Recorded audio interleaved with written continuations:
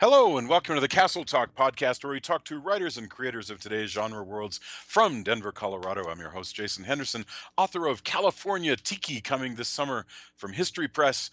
Tonight, R.S. Belcher is known for the unique worlds he creates, such as his Lovecraftian weird westerns, The Six-Gun Tarot, and Shotgun Arcana. His urban legends-based horror novel, The Brotherhood of the Wheel, has been optioned for TV, and the Wall Street Journal compared it to Neil Gaiman's American Gods. His new book is The Night Dahlia, new from Tor, a noir fantasy about Laytham Ballard, a modern mage hired to find the missing daughter of a faery mob boss. To find the daughter, Ballard will have to confront old enemies, former friends and allies, and a grisly cold case that has haunted him for years. Welcome, RS, or Rod. I know you go by Rod. Welcome, Rod. Hey, how you doing? Thank you. Thank you so much for having me on. I'm really excited to have you on. We actually talked last year about Brotherhood of the Wheel, which is a totally different kind of book. I remember, And it was awesome. yeah. It was actually one of the better interviews I got to do. It was awesome. Thank you. That's very kind of you. No, it's always a good time. I love talking to working writers and finding out about them. So, but before we started this conversation, before we started recording, we were just talking about Kenner action figures, because I was arranging things on my desk, and I came across this Yoda figure that I'm holding actually right now from 1981. And it doesn't have its robe or its staff, but it is Yoda, and he has this little sort of undergarments, this little brown. It's Yoda suit. after getting mugged by the Emperor, basically. So, he got jacked by the Emperor, and then he took his stuff. So little army of I had a ton of those when I was a kid. I was such an old school geek. I recorded the original Star Trek on cassette tape so I could listen to it. Oh my gosh. Because there were no VCRs at that point. Cassette tape was pretty much cutting edge technology. And I had a ton of Kenner Star Wars stuff. I listened to Battlestar Galactica. I would record Battlestar Galactica on cassette tapes. Exactly. But you said about your Star Wars figures that you would. When I was a kid, I was actually of the generation that the movie came out, and Kenner and nobody else expected it to be as huge as it was. So every kid in the world wanted those little Star Wars figures, and they had the little holiday bundle thing they did, which is basically you got like an IOU from Kenner and said, you don't have the figures yet, but we're going to mail them to your house. And they sent you this little cardboard, which I still have this, by the way, which is probably. Do you really? Wow. Yeah. It's a little cardboard standee that it had pictures of all the original run of characters that they were going to do figures of on the back, like the Death Star Trooper guy with the spittoon helmet and all that stuff, and little pegs to put them on. And then they sent you, I'm trying to remember, they sent you I think Obi-Wan or Darth Vader. C3, I think C3PO was one of them. But anyways, they sent you a bunch of figures a couple months later. You got them in the mail. Yeah, and I remember that because they were coming in cardboard boxes, little cardboard boxes that would hold 4. Exactly. I remember getting Walrus Man, but it was a different Walrus Man than the one that they finally had. The paint job was different. Yeah, I bet you. But they also stretched his face or his body. So Kenner made 2 Walrus Mans. This is an absurd geeky conversation. But the way I remember it, they made Walrus Man, and he was on somebody else's body basically. So he was tall, and then a period of time later, Kenner released a quote unquote corrected Walrus Man who was short. Yes, I still have. I have a bunch of those. I have a few Micronauts, if you remember those. Absolutely, yeah. And I actually gave a bunch of the figures and stuff to my son when he was a kid, and he's managed to hang on to them. And that's amazing. I used to. I read Starlog magazine, which was the only thing I could find that even remotely talked about fan culture stuff. And actually, funny thing is, when I started writing for a living, I actually got to do an interview with David Drake for Starlog magazine, and it got published. And this was back probably in the early 2000s. Starlog magazine existed in the early 2000s. That's amazing. It was around for another year or two, and then I think it went electronic, and then I think it just died. I don't even know if Starlog is still around or not, but it was really cool because it was the first big magazine I got to do a writing gig for, and David Drake. I met him at a convention. He was a really cool guy, and he was very generous with his time. So I got to pick his brain on everything, Hammer Slammers and his military career in Vietnam and all kinds of stuff. It was fun. It was really cool. But yeah, so I used to read Starlog magazine. That was Starlog, pretty much the only thing you could find, at least out here in the this will blow your sticks, mind though. They lasted until 2009. I'm looking it up right now, Wow. and they Holy actually cow. hung in there in some capacity or another. I'm sorry, but you were Oh, saying. I'm sorry. the Yeah. one I had my interview in, it has the characters, it has the actors from Men in Black 2. Oh. that great epic. Men in Black 2 Yeah. is on the cover of the Starlog that I did the interview with. But it was really cool. But I remember being a kid, and we were talking about Battlestar Galactica. I remember watching Battlestar Galactica. I get so pissed off because we'd have something interrupted. This is back pre-cable. This is back in days before cable. And Yeah. they would just they'd preempt it for something else, and then I'd get so pissed off because you couldn't go back and find it on another channel or DVR it or any of that stuff. It's you just didn't get to see that one. You waited till the summer. And The way that worked was the reruns. you waited till Yes. the reruns. Yeah.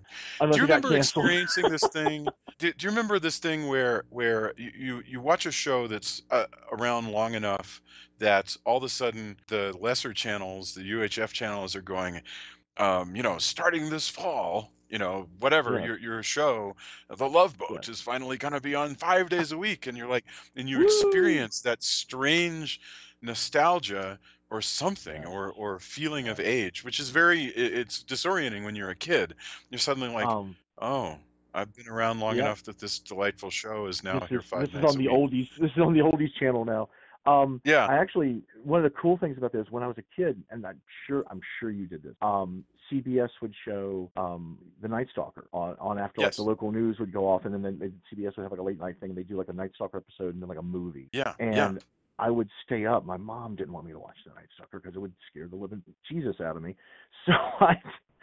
So I would sneak out and watch the Night Stalker. And that show was, I know it was very influential to as far as the X-Files. Like Chris Carter says, Kolchak the Night Stalker was a big influence for him.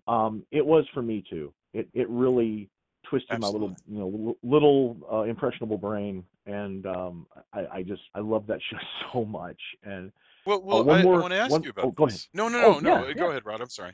Well, the only other thing I was going to say is, and Doctor Who I loved Doctor Who, and unfortunately, I had friends who had grown up in New York and some other places where they had Doctor Who on public TV, and you could just watch it, and they grew up with it. I read about it in Starlog, and I'm like, this sounds so freaking cool. And DAW, or one of the other Science fiction houses of the time? Yeah, one of the other publishing houses basically put out 4 or 5 Doctor Who paperbacks. Yes. And I gobbled those up, and those were really cool too. I think it was Target, actually. Now, not the retail, right. not the retail Right. Target, but the imprint Target. Yeah. I think you're absolutely right. And basically, I found out on Sunday nights after Battlestar Galactica, I could hold the rabbit ears. Let's really state me. Hold the rabbit ears just so, and pick up this public TV station out of North Carolina that showed Tom Baker's Doctor Who. And I lost my fucking mind. I remember the first episode I saw. I remember standing there because what they would do is they would basically take the serial, which they'd show a half an hour serial or whatever every week, and usually 6 of them together made an episode. They would just they could basically cut them together into one episode. So it was about a 2.5 hour, 3 hour thing. Yes. Mostly of Doctor Who running around in caves. Yes. Lots of cave running. That is a good description but I would of the hold Fourth Doctor. Yeah. And I would just hold the rabbit ears there, and if I moved or my arm got tired or whatever, I'd lose it. I'd no. I fell in love with that so much, and it was really cool because, again, now I actually have a little Tom Baker pop figure on my desk here that's staring at me. That's wonderful. But it's just now this is all geek culture and fan culture is so prevalent everywhere, and has actually kind of come into ascendancy a bit. Back then, it was digging up little chunks of gold. You just found a little nugget somewhere. If you found a cool book in Walden Bookstore, yes. if you remember them, Walden Books, you would freak out over that. In Texas, we had Half Yeah. Price Books, which carried. So I got into geek culture probably first reading tie-in novels about the Man from Yes. Uncle. Oh These yeah. man, and listen, man, these Man from Uncle books. Because I was around Fort Hood, and these Man from Uncle books, there were probably GIs like dumping paperbacks left and right? Yeah. And Yeah. Yeah. I were getting these for a quarter a piece because they weren't collector's items, because they were only about 15 or 17 years old. Before something becomes a collector's item, it spends like 9, 10 years as garbage, and then whatever survives that becomes a collector's item. And yeah, I was at my parents' house and I found all of them. It's really wild when you go to your parents' house Wow, and you that's wind up really stealing cool. all this all this old stuff. You're like, Yeah, I hear you. And my sister used to read the Shadows novels. oh, The old Marilyn Dark Ross. Shadows. Yeah, yeah, yeah. Yeah. So, Get this. but Marilyn Ross was actually Dan Ross. He was actually a really, guy. Yeah, he I could didn't know turn that. out those. This is again geekiest conversation that you'll have at least for the next 3, 4 hours. But Dan If Ross you're was having churning trouble out Dark Shadow. sleeping, put this on, and this will help you go to sleep. We need to get back to the book. But Dan Ross was churning out those novels at like one every 6 weeks. I mean, he was just That's like amazing. bam bam That is bam. Didn't know because they jack weren't all about the bad. show. Yeah, No. they were basically just they said write some gothic romance They are horror straight kind up. of thing, Yeah. and but I love those. I mean, I was pretty young to be reading. My mom actually was little old lady from the Bible Belt, and Sure. she basically didn't like me. I remember when I bought like Ghost Rider and Son of Satan comics from Oh yeah. Marvel, she lost Sure. her freaking mind. Or Eerie, any of the Absolutely. stuff you would pull off the magazine rack, she would kind of like she never edited me, she never censored me, but she would make it very clear that she didn't approve of this stuff. And I tried Pretty to darn convince her. I was like, daring.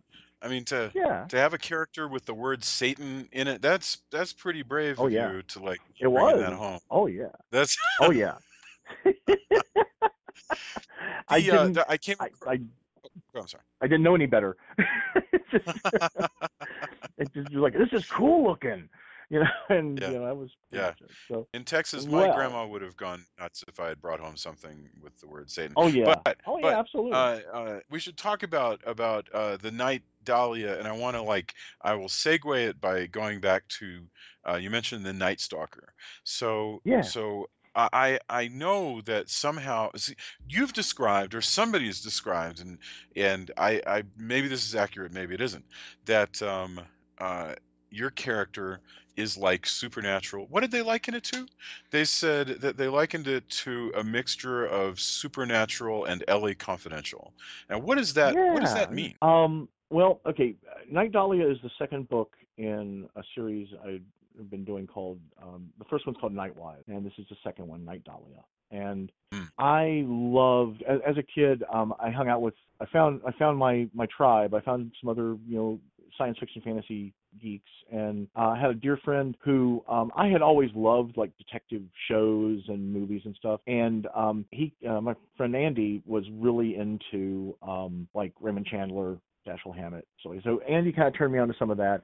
And I had another friend, Phil, who introduced me to Robert B. Parker's Spencer book, Yeah. and I fell in love with Spencer. I really did. That's one of my. It's still Robert Parker is a wonderful, or was a wonderful Hmm. author. He had a great style. The man was channeling Hemingway a lot. Yeah. He had a real kind of man crush on Hemingway, and but anyway, so I got really into detective fiction, and when I started writing, I had a friend who edited a local zine called Weird. Her name was Velvet Vernon, and Velvet Really? encouraged me to do something. This is way before I had sold a book. This is back when I was just, I was writing as a journalist and as a freelance writer. I was selling short stories, and I think I had just sold a story to Simon and Schuster for a Star Trek anthology. That was my Oh, first big really? sale. Yeah, it was. They did a thing called Strange New Worlds for about 10 years. It was basically fan fiction. Do you You remember would what it send was in. about? What your story was? Oh yeah, it was called Orphans, and it was a mashup. It was basically, I took some elements from the original series, I took some stuff from DS9, which was my second favorite after the original series, and it was basically set during the Dominion War in DS9, and it involved the Jem'Hadar, the genetic super soldiers that the Dominion had captured this Federation planet that was like a classified security research facility, and on the planet was the Guardian of Forever from the original Star Trek show. They had basically found that planet and turned it into a big temporal research facility, and the Jem'Hadar had come in and taken it over. So they were trying to basically trying to destroy the Guardian of Forever before the Jem'Hadar used it to like muck up the timeline. And it was a fun story. I had never written a genre story before. I'd never written like an IP story off of somebody else's intellectual property. And I was like, let's see if I can do this. And it won the grand prize for that year. Oh, that's fabulous. I got to go to shore leave and sign books for the first time, which just blew my freaking mind. I really couldn't believe it. And got paid. They paid really good rate for the stories in there. And you couldn't have a lot of fiction sales. I think you could have like maybe 3 or 4 fiction sales. I didn't even have that many. Really? I think I might have had one. So maybe. They really wanted it to be pro-am. They wanted people who were new. So it was a talent search of sorts.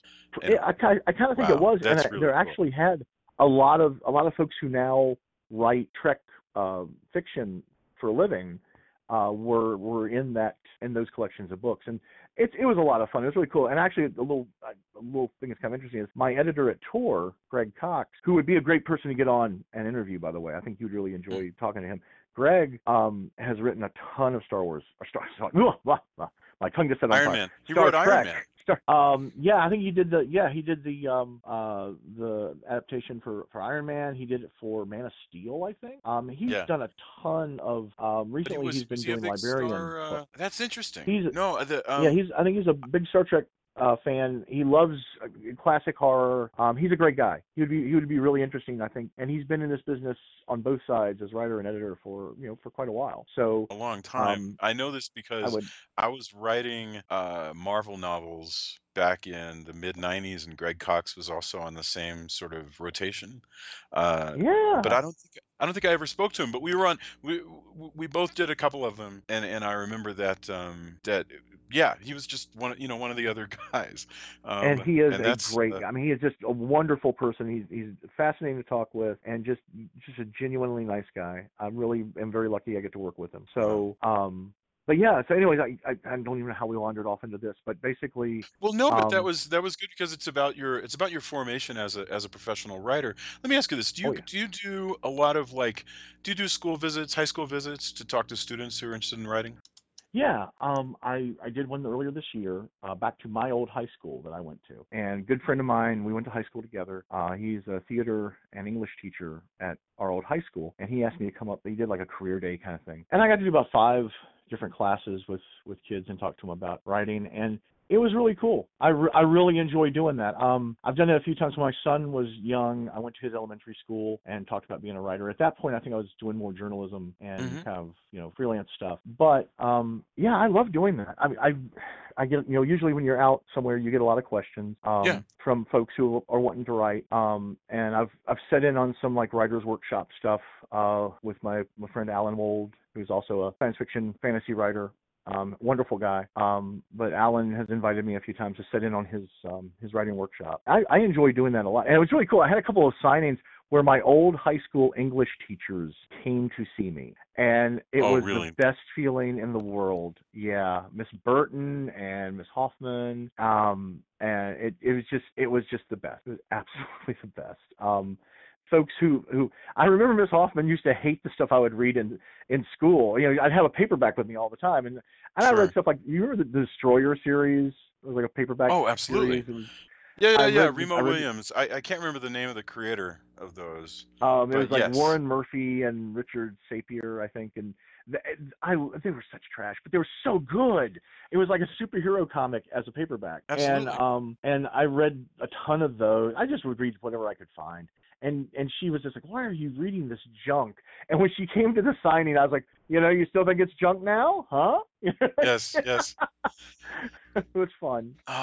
I'm always so shocked by those things because, when you think about it, and anybody who's listened to this show has heard us talk about it before, but there was a time when our like grandpa probably was in his prime, Mhm. like back from the war or back from the Yeah. next war and hanging out in Hmm. the evening. And if you weren't watching a game or listening to a game, the thing that you did Hmm. if you were a man was read paperbacks. And Yeah. my grandfather went through just like he churned through paperbacks, usually westerns, Absolutely. like Yeah. a couple I, a I, week. Matter of fact, that's how I got exposed to a lot of Western fiction, which really led to the Golgotha book. Is And it's gone I now. But yeah, Actually, go ahead. it is still alive. There is still Western fiction. Joe Abercrombie, I believe is his name. Joe still writes a ton of, besides writing like Boba Hotep and stuff like Yeah. that. He also writes just straight westerns. Oh yeah. Robert No, Parker. you're totally right. Um, I yeah, should speak. but You're right because there exist oh, it's Western novels, yeah, but it's not the it's way it was in the '70s. Where it you was don't the see like defining whole thing. spinners full of like the longhorn paperbacks and stuff like that. Not as Those much. they're still Yeah. around because one of my things I like to do is when I'm traveling is I go out of my way to find truck stops and stuff to go to, and it's still out there. For But sure. what's kind of replaced the old dime paperback spinner is all of the audiobooks now. And like for example, there's Mm. a ton of Western audio which is kind of fascinating. It's still a genre, but it is kind of it's a narrow genre. I mean, it's Yeah. if you look at it, anytime they've tried to mash up Western and anything supernatural or science fictiony, it doesn't tend to go over too well. Mm. It's just there have been some great westerns in the last 10, 20 years, but you're right. It's not as prevalent as it used to be, like the Well, I 70s, could live 60s, and without. I mean, 70s. like my grandpa, he was into the westerns, but the fact is, like you mentioned, the Destroyer. To me, that's part Yeah. of the same thing. A time Yes. when your TV exists, cable TV existed, but people's primary mode of self entertainment in the evening was, Mhm. a glass of brandy and a paperback Yeah. book, Oh yeah. so those destroy. So and yeah, there's still you can go get Destroyer books now. I mean, and Mac Bolan lives yet. Yeah. They must be on like number 1200 of those books, um, and and I'm that might not even be a high enough guess. Yeah, and I mean the original folks. I think Sepier and Murphy are dead, but it's been Hmm. John Pendleton who wrote I think Yes. the original ones has passed away like back in the 80s I think. But basically the Punisher was pretty much based off of the Executioner. That was Stan Lee Absolutely. or whoever came up with the Punisher. I'm trying to remember which writer it was, but he was really into those paperbacks, and he created a character that was very he kind of filed the serial numbers off, but the Punisher was basically the Executioner. And Absolutely. uh, Absolutely. but I anyway, so I was a kid and I was reading like all this detective fiction. I really got into John D. McDonald, Hmm. Sure. the Travis McGee stuff, and which all these people who I hung out with kept introducing me to really cool to cool stuff. So Nightwise and the Night Dahlia are both detective fiction. It's basically I think the best definition I've heard is fantasy noir, which I think is a fairly accurate. Noir is a little bit different than what's the hard-boiled. It's a little bit different than like the hard-boiled genre, Hmm. in that you usually have heroes or protagonists in war that are pretty, have feet of clay. They're not, Yeah. a lot of Alfred Hitchcock stuff would really probably fall under noir because you have these kind of Okay. everyman protagonists who end up being way over their head. And my main character is this guy named Laytham Ballard who was born with a lot of magical aptitude, and he Hmm. grew up in West Virginia. His grandmother tried to raise him right. She was what they call a wisdom, which is basically another term for like someone who was like a witch. And it's not a Christian term for a witch. She's a wisdom. Oh, So yeah. his grandmother raised him, or tried to kind of guide him, put him on the right path. Unfortunately, she died when he was still pretty young, and she had managed to awaken enough of his aptitude to make him dangerous to himself and others, but not enough to really Mm. have reached a point of good judgment. So he fucks up a lot. He fucks up as a kid, and it just keeps going. He grows up in a very much kind of a poor urban, or sorry, poor rural kind of a setting, and he just has this amazing aptitude, and he kind of becomes sort of like an occult rock star. He's everybody Uh, knows him. the whole kind of the underworld in these books is called the Life, and it's the occult, dingy underbelly of the occult world. And everybody in the Life knows Laytham Ballard, and he has these legends around him, and most of them are true, and some of them are bullshit, but he cultivates them anyway. And he is so he's like very a much Philip Marlowe of he's Philip Marlowe of the world in a sense. He is an occult detective, kind of in the same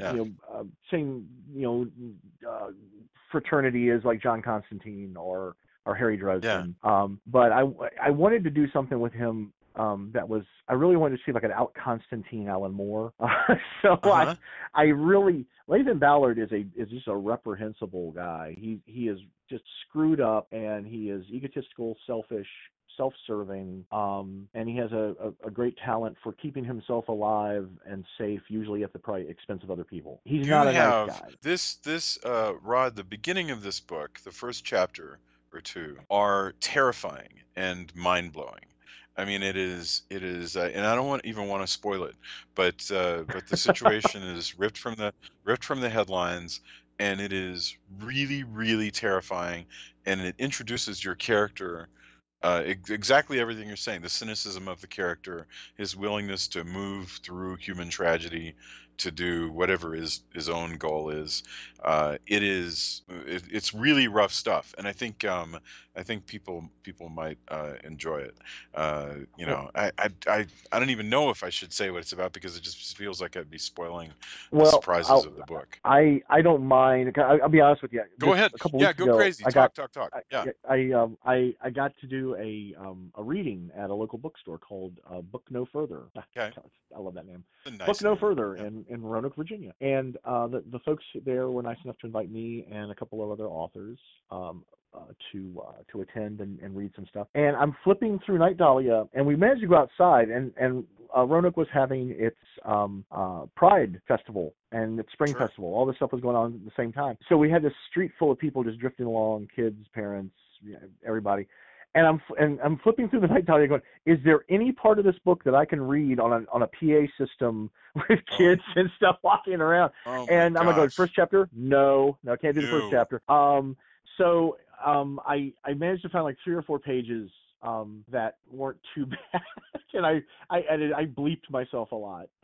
But what's really interesting is I wrote this thing about 1.5 years ago. Before basically the first chapter involves a school shooting, and I had decided I was going to do that for the kind of the introduction to the character, and because for one thing we'd had shootings prior to Parkland that just you see that stuff and it just twists you up inside. You don't know what way to go or how to feel about it, and I wanted to do something about that. I wanted to say something about that. But really, I mean, it's weird because a lot of the stuff that has shown up in Nightwise and in Night Dahlia, I wrote it before it kind of showed up in kind of in the mass mind of the culture.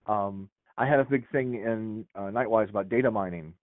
Basically, one of his buddies was like a computer guy, and he's not a wizard, but he basically can do sort of like cybernetic voodoo.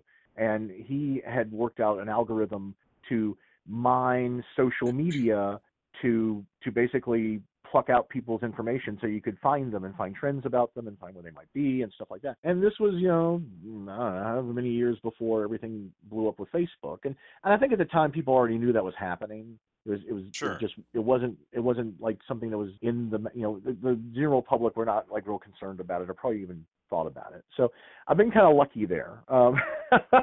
But basically Night Dahlia is kind of a love letter to Los Angeles. I've only got to go to LA once, but I really loved it.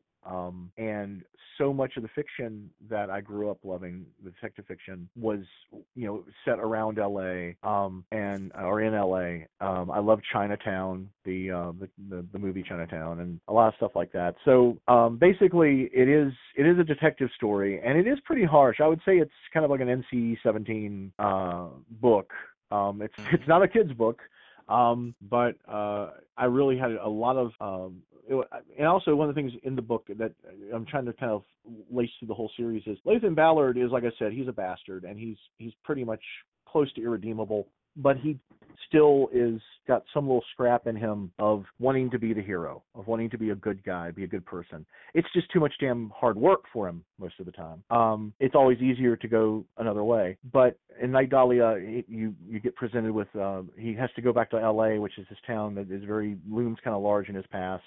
He has to deal with people that he betrayed and that he walked away from, and he also has to solve a rather kind of grisly set of murders that he started investigating back in the 80s, and it is kind of was the beginning of his descent down into kind of losing himself. Setup is a traditional noir setup, which is my daughter's missing, go find her. And you can spin it any direction, but the opening is precisely that. It's something that Philip Marlowe easily could have Actually, I even kind of stuck a little Marlowe Easter egg in there because I think it's The Big Sleep.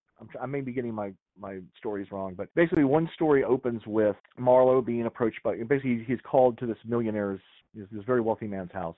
He's taken into a glass arboretum full of orchids, and the old man is in there because it's war. Yes. Is that the big? Yeah, it's The Big Sleep. Okay, and basically. He's hired to look into, I think, the disappearance of the guy's daughter. Robert Parker did an homage to that in one of the Spencer books, one of the early Spencer books. So in this, when Ballard meets the guy, he basically, this guy goes across the world, picks Ballard up out of a dumpster where he's just wrecked himself, and takes him to his estate, and he goes into this big room full of orchids, this big glass, kind of arboretum, and gets offered the job. So I did that specifically because I wanted it to be, I really did try to make this, like a classic detective novel, with just a lot of messed up stuff in it. But yeah, I actually tried to throw in a few things along the way that someone who is a big, fan of like detective fiction would go, oh, okay, I see what he's doing there. Or hopefully. Yeah. Or they're saying, oh, he's ripping that off from somebody. One it's or all the the other. same. There's like 1,000 Mac Bolan novels. Do you think any one of them is a ripoff of any of the others? Is there a Mac Bolan in the world of forms, and these are shadows? Which one is Mac Bolan?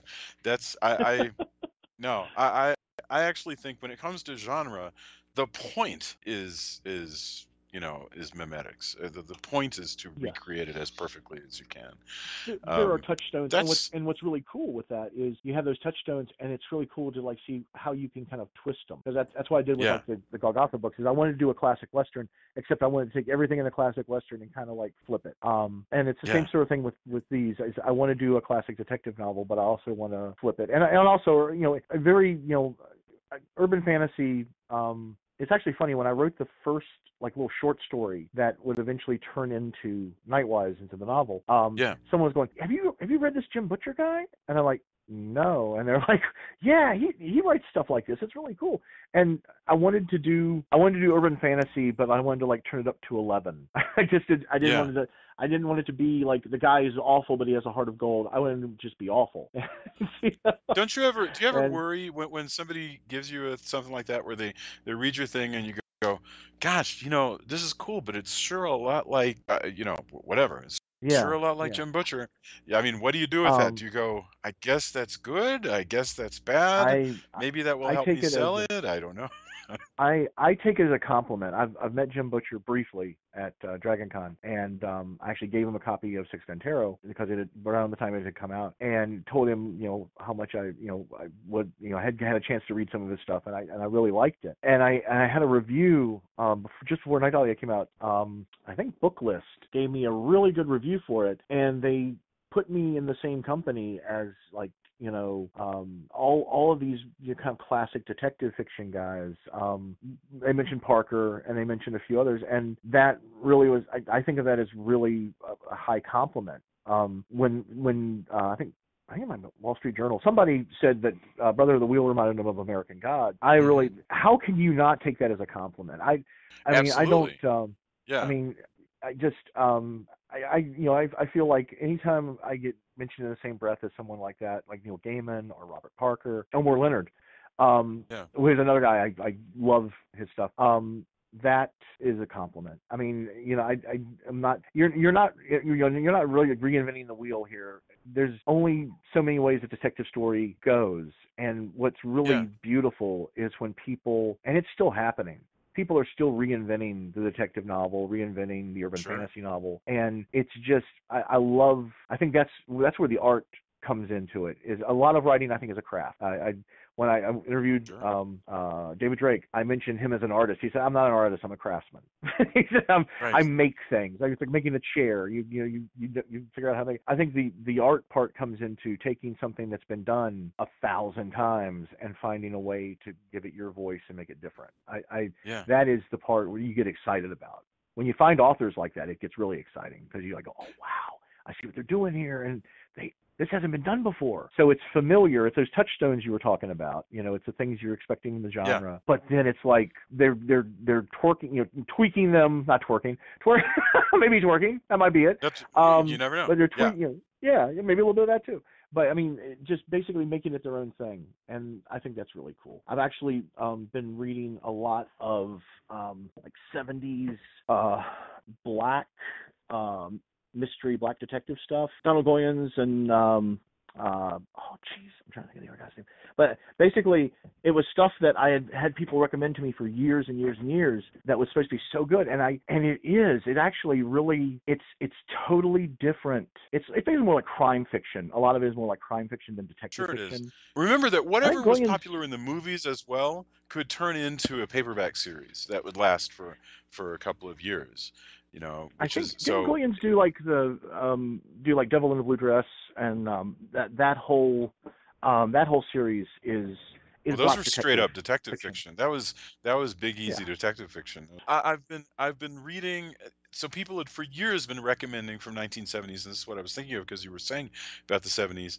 Uh, you've been rereading this genre you'd never touched on before. I've been reading a lot of William Johnstone, which were all about angry conservative Vietnam vets coming back to their towns to beat up on Yes. Satanist hippies. Wonderful stuff. And I don't believe in any of that. I am not that guy. And yet It's he just he believes it with such a full heart that you're like, yeah, get them now I have to satanic check that hippies. out. I will Oh have to check yeah. that out because that sounds awesome. Oh, Brody, man, some of this stuff is really just fair warning, all right? This Yeah. is No, not for the faint of heart, but I was turned on to it by Grady Hendrix's book Paperbacks from Hell, which is just a dedication is dedicated to paperback horror from the day. Um, that is well, cool. so I want to get back some more to Night Dahlia. This one actually came out in April. So are you already looking? Are you already working on the next one in the series? I just finished up a manuscript for the fourth Golgotha book. Mm, And I am probably basically sometime probably early next year I'll start on another Nightwise book. I ah, have the sequel to Brotherhood of the Wheel called King of the Road that comes out in December, and cool. that basically this year I'm trying to do a couple of things that I haven't done before. I'm working on a standalone novel that doesn't have anything to do with any of the series or stuff. And it does have a supernatural bent to it, but it's I don't really know how to describe the genre, but it's kind of a suspense. It's kind of supernatural suspense, Mm, maybe is the best way to put it. But it's going to be a standalone. And then I've got a couple of series that I am putting together pitches for, and some just kind of like bare bones stuff for them to try to see if I can you basically are always wanting to you always I'm sure it's the same with you. You have more ideas than you have time to write them. for sure. I've got some good ideas Yeah. for Nightwise, 2 or 3 books at least, and I got some good ideas for Brotherhood, several books at least, that I hope I get to kind of keep pursuing. But yeah, it'll probably be next year before I start on it, which means it'll probably be a year or two before it makes its way into publication.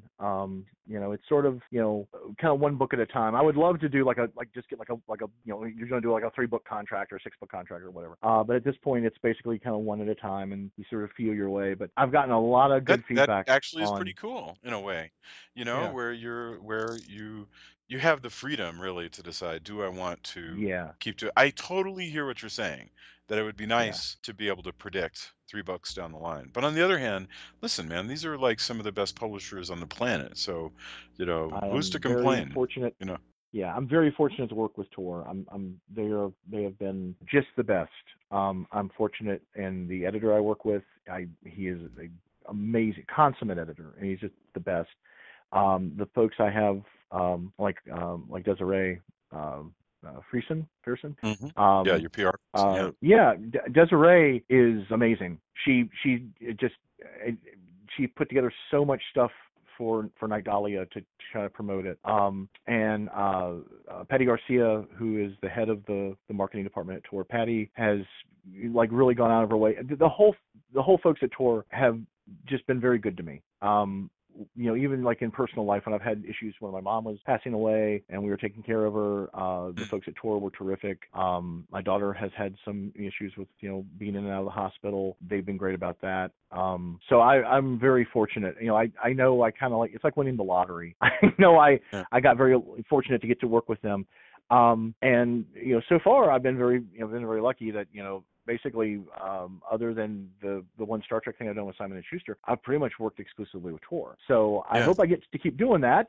It's gonna Sure. depend on sales and things like that, but I really hope I get to, because they are fantastic people. They really, really are, and they have some They great really are. authors, Yeah. and they have great authors, and they really do.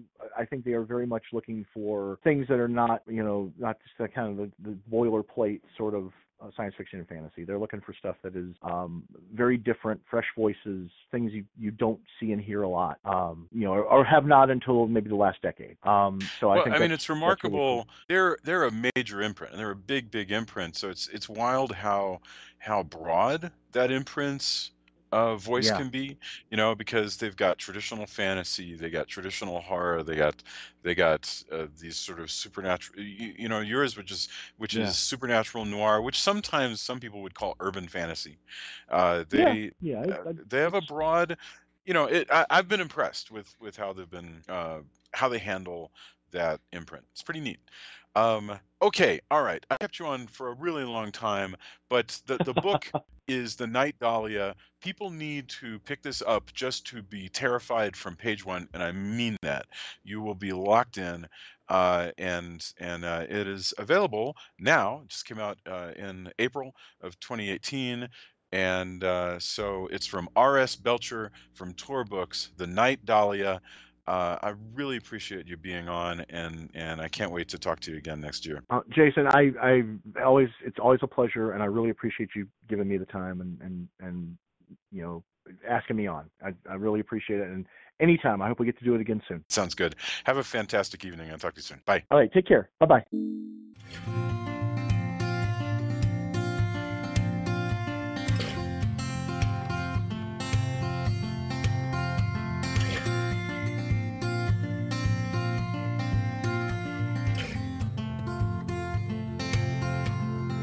Well, I've been sitting here all day. I've been